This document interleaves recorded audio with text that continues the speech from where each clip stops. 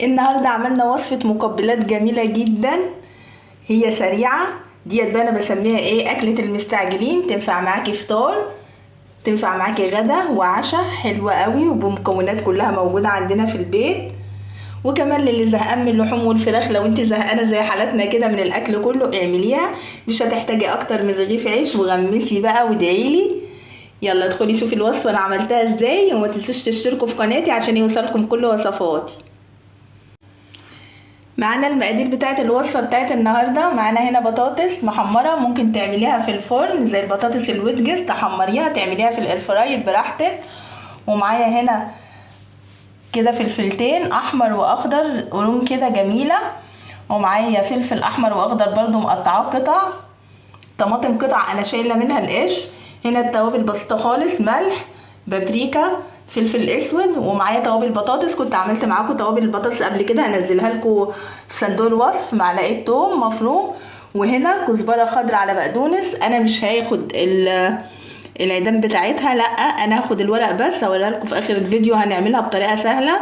يلا بينا نعمل الوصفه مع بعض. عايزه اوريكي حاجه يا حبيبتي. بصي، ازازه الزيت لازم الازاز تبقى نظيفه خالص وحلوه، ما اللي بتستخدميها ما يبقاش عليها حاجات هنا كده، لان احنا عارفين ان الزيت بيلم عليه حاجات الازاز، فتبقى مش كويسه، تيجي تمسكيها منك تقوم واقعه مكسوره او تلم فطريات وحاجات وحشه.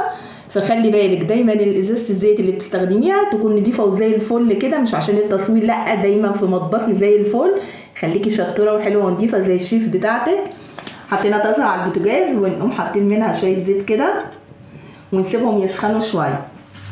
اول ما الزيت معايا سخن هنزل عليه بمعلقه ثوم مفروم. انا مش هحمرها، هشوحها بس. احنا مش بنطبخ، لا احنا بنعمل وصفه حلوه قوي. بس ريحه الثوم طلعت كده، انا زي ما قلت لك مش عايزاه يحمر، هقوم ايه طشاه بالخل. حطينا الخل، ننزل بالفلفل. عايزه تحطي فلفل اخضر بس، احمر بس براحتك. تحطي فلفل من اللي هو فلفله قرون ديت، انا حطاها سبايسي كده عشان تخلي الوصفه حلوه. عندك اطفال وما بيحبوش الحاجه اللي هي الحاره، ما تحطيهاش. بتحبيه انتي حطي، او ممكن تعملي لك طبق على جنب فيه شويه من الفلفل ده، بيدي طعم حلو قوي. والفلفل هو فيه مضادات اكسده، فحلو قوي ومفيد للجسم. انا ما بسويش الخضار كله، انا بديله تشويحه بس، عشان زي ما قلت لك احنا مش بنطبخ الوصفه.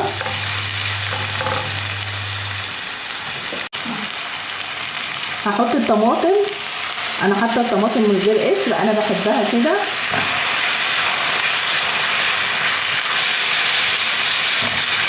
هديها تشويحه بس مش عايزاها تتسبك، يعني انا عايزه احتفظ بكل الوان الخضار وبالطعم بتاعه الجميل، من غير ايه ما اخلي الوصفه تتهري او يبقى طعمها مش حلو.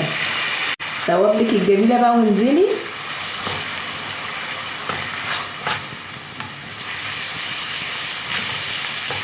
وهحط البطاطس، وزي ما قلت لك اعمليها بالطريقه اللي تعجبك. ده ممكن كمان تعمليها بالبطاطس المسلوقه، تبقى صحيه اكتر واحلى، زي ما يعجبك اعملي.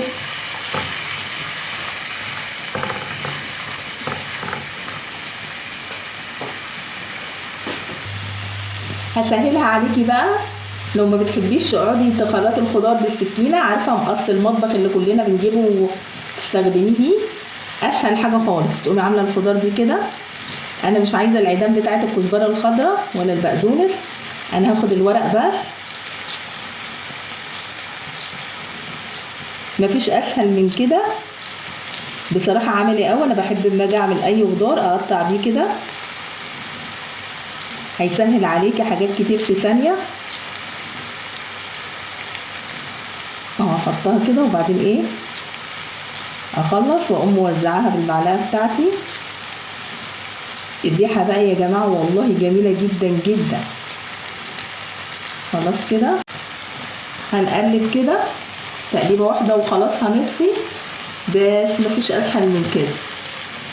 خلاص طفينا بس، وهنحطها في طبق التقديم بقى.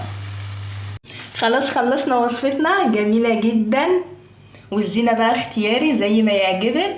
انا حطيت ورده طماطم كده عملتها معاكم قبل كده، وفيها بقدونس وكزبره خضراء كده صغنونه حلوه، واحده فلفل. جربي الوصفه بقى وقوليلي ايه رايك.